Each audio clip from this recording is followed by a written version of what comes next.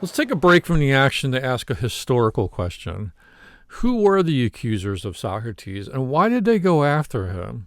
It's complicated, not altogether clear. We know that three men came forward, fingers pointing: Meletus, Anytus, and Lycon. Allow me to introduce our three stooges.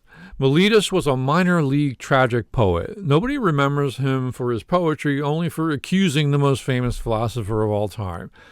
Ironically, Meletus, like Socrates, was mentioned in Aristophanes' plays. He was probably 30 or 40 years old at the time he came out publicly against Socrates. Plato hints in the dialogue Euthyphro that Meletus did this to make a name for himself. He might also have sought revenge for the verbal beatdown Socrates gave him on prior occasions, or for Socrates' rather low opinion of poets in general, or because he was a religious nut. Who knows? Aristophanes and Plato make him out to be, according to a dictionary of Greek and Roman biography and mythology, a bad, frigid, and licentious poet, and a worthless and profligate man, vain, silly, effeminate, and grossly sensual. Meletus has the dubious distinction of being the one who laid the indictment before the Athenian court. That's about it. He's not thought to be the driving force behind the charge. One account says he was bribed by the other two accusers to take part in the affair. I imagine maybe a resentful putz who isn't that good of a poet, who sees an opportunity to make a splash on the public stage, so he goes along with the plan. What about Anytus? Anytus was the ringleader, apparently. He was a politician from the middle class, a former general in the Peloponnesian War against Sparta. He was accused of treason for losing Pylos to the Spartans, and got off after bribing the jury. He was something of a Democrat and helped lead the revolt in 403 BCE to overthrow the rule of the 30 tyrants. It is thought that his opposition to Socrates may stem from the thought that Socrates' ideas threaten the democratic foundations of the Athenian state. An exchange between the two men in Plato's dialogue Meno offers clues to the animosity between them. Socrates maintained that political leaders can't teach us a thing about virtue. Anytus hit back with a veiled threat. Quote, "You are too ready to speak evil of men, and if you will take my advice, I would recommend you to be careful." You imagine that being said in a Tony Soprano voice, and you'll get where Anytus was coming from. Oh, and to add fuel to Anytus's animosity, Socrates may have had a sexual relationship with his son. So there's that. Lycon we don't know as much about. He was an orator, another profession Socrates didn't think highly of. Diogenes Laertius referred to Lycon as a demagogue, a rouser of the rabble. Possible motives against Socrates? He was a perceived threat to democracy, and a homosexual liaison between Lycon's son Autolycus and a friend of Socrates's that might go to the corruption of youth charge, but we're not sure. Were these men villains or victims of bad press? Hard to say. We do know that Athens, having recently lost the Peloponnesian War and having endured the oppressive rule of the 30 tyrants, was in political flux. It is possible that Socrates was seen as a destabilizing force at a time when stability was in short supply. Still, it's difficult to see Socrates as anything more than an annoyance to these men, who come across as petty accusers indeed. They wanted to score some points against Socrates. Socrates pulled the ultimate inside-out maneuver on them. I'll make sure the court will have to convict me and put me to death. That'll show you. After a prologue of sorts, Socrates gets down to business. Socrates: I will begin at the beginning and ask what is the accusation which has given rise to the slander of me, and in fact has encouraged Meletus to proof this charge against me. Socrates is an evildoer and a curious person who searches into things under the earth and in heaven, and he makes the worse appear the better cause, and he teaches the aforesaid doctrines to others. Such is the nature of the accusation. It is just what you have yourselves seen in the comedy of Aristophanes, who was introduced a man whom he called Socrates, going about and saying that he walks in air and talking a deal of nonsense concerning matters of which I do not pretend to know either much or little. Not that I mean to speak disparagingly of anyone who is a student of natural philosophy. Socrates will take on the accusations and attempt to refute them in idiosyncratic fashion. No ornate speechifying, just the man riffing like the dialectical jazz master he is. What's wrong with him, say the accusers? 1, he sticks his nose where it doesn't belong, inquiring into things under earth and in heaven. He twists causality into pretzel logic, making over worse causes into better ones. For these supposed errors, the philosopher is considered a freak and an evildoer.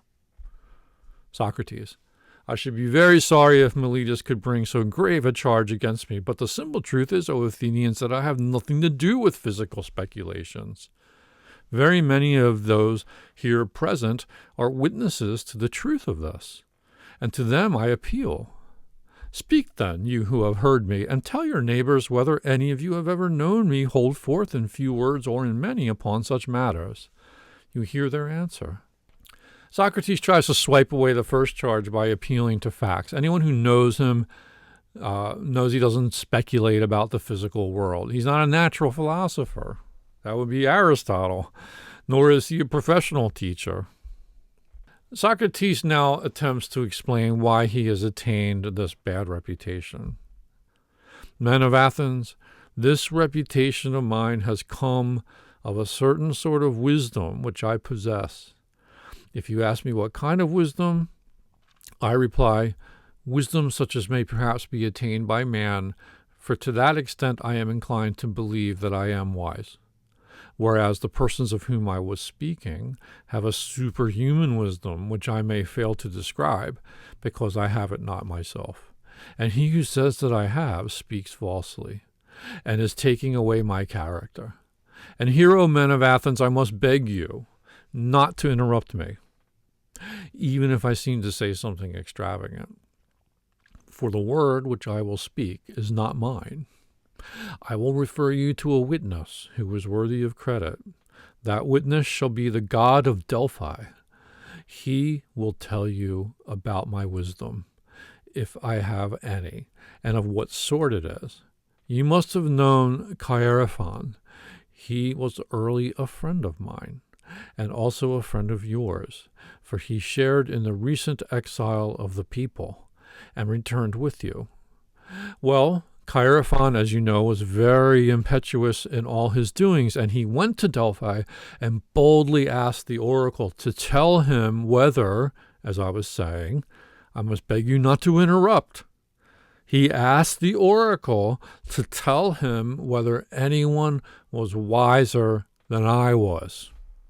And the Pythian prophetess answered that there was no man wiser. Chaerephon is dead himself, but his brother who is in court will confirm the truth of what I am saying. Before I dig into this anecdote, let me point out how Socrates keeps appealing to witnesses who have seen and heard him or who have known the people of whom he speaks. It seems a nod to the trial process. One calls witnesses or attests to facts that witnesses can corroborate. He's not simply saying, I have the truth on my side, so believe what I say, which brings us to the little story about Chaerephon's trip to Delphi. The oracle tells him there is no man wiser than Socrates. He's appealing to a religious authority as a character witness. Socrates. Why do I mention this? Because I'm going to explain to you why I have such an evil name. When I heard the answer, I said to myself, what can the god mean? And what is the interpretation of his riddle? For I know that I have no wisdom, small or great. What then can be What then can he mean when he says that I am the wisest of men? And yet he is a god and cannot lie. That will be against his nature. After long consideration, I thought of a method of trying the question. I reflected that if I could only find a man wiser than myself, then I might go to the god with a refutation in my hand. I should say to him, here is a man who is wiser than I am, but you said that I was the wisest. Accordingly, I went to one who had the reputation of wisdom and observed him. His name I need not mention. He was a politician whom I selected for examination. And the result was as follows. When I began to talk with him, I could not help thinking that he was not really wise, although he was thought wise by many and still wiser by himself. And thereupon I tried to explain to him that he thought himself wise but was not really wise. And the consequence was that he hated me, and his enmity was shared by several who were present and heard me. So I left him, saying to myself as I went away, well, although I do not suppose that either of us knows anything really beautiful and good, I am better off than he is, for he knows nothing and thinks that he knows. I neither know nor think that I know. In this latter particular, then, I seem to have slightly the advantage of him. Then I went to another who had still higher pretensions to wisdom, and my conclusion was exactly the same.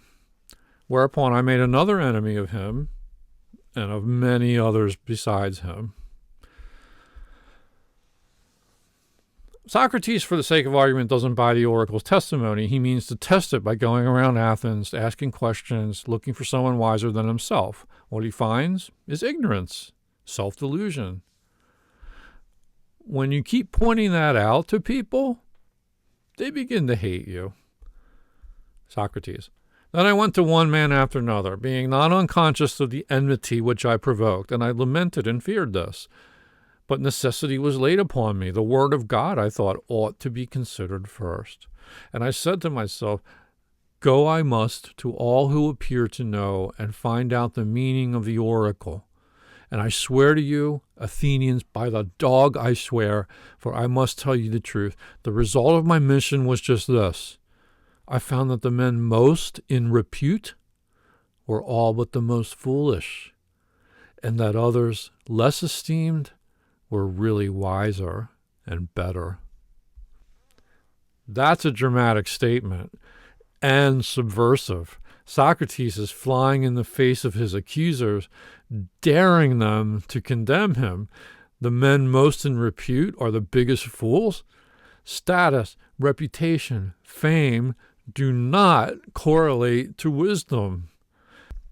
If this is true, thinking of our world, then our leaders and greatest so-called intellects and celebrities, not to mention our best-selling authors and the esteemed men and women of the cloth and guiding our largest super churches, they're not worthy of our respect.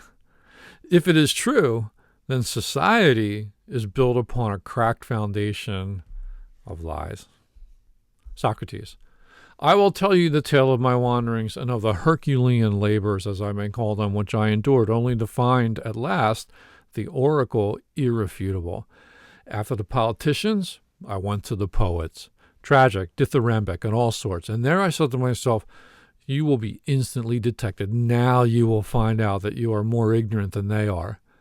Accordingly, I took them some of the most elaborate passages in their own writings and asked what was the meaning of them, thinking that they would teach me something. Will you believe me? I'm almost ashamed to confess the truth, but I must say that there is hardly a person present who would not have talked better about their poetry than they did themselves. Then I knew that not by wisdom do poets write poetry, but by a sort of genius and inspiration.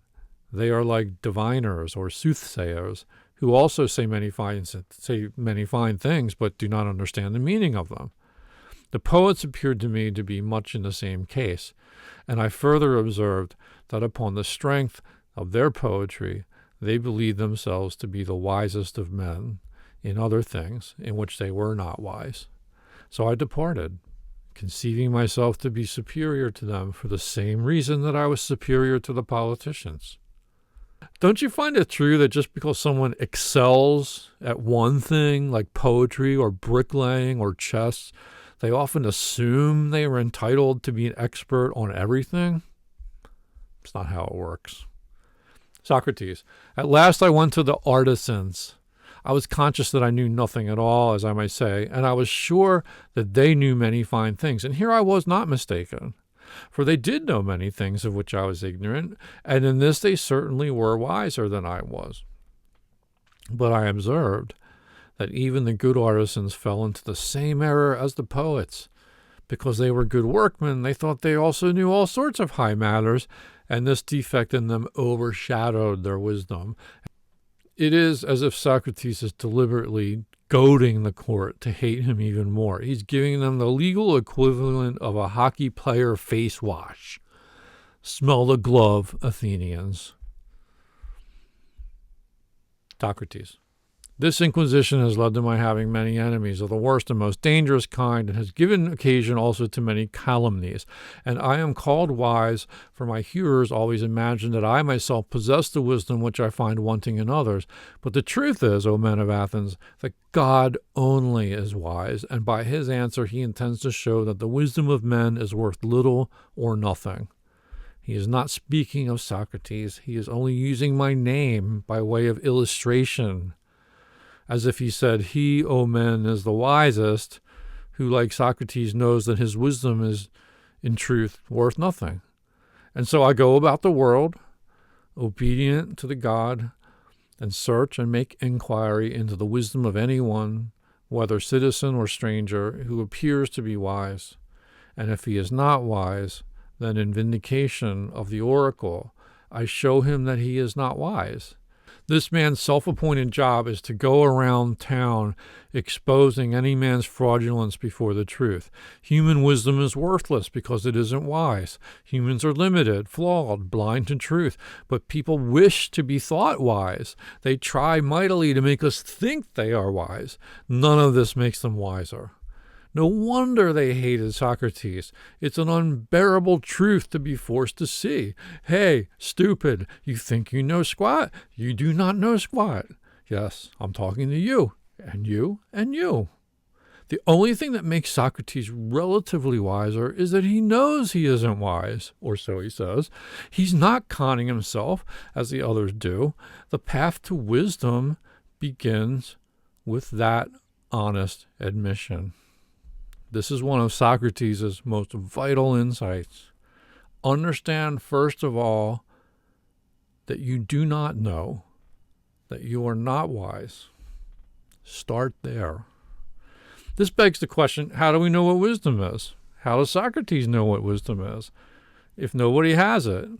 It's not a question Socrates has time to answer this late in the game. He and Plato have a theory on how that works, but you'll have to read it in other dialogues by Plato.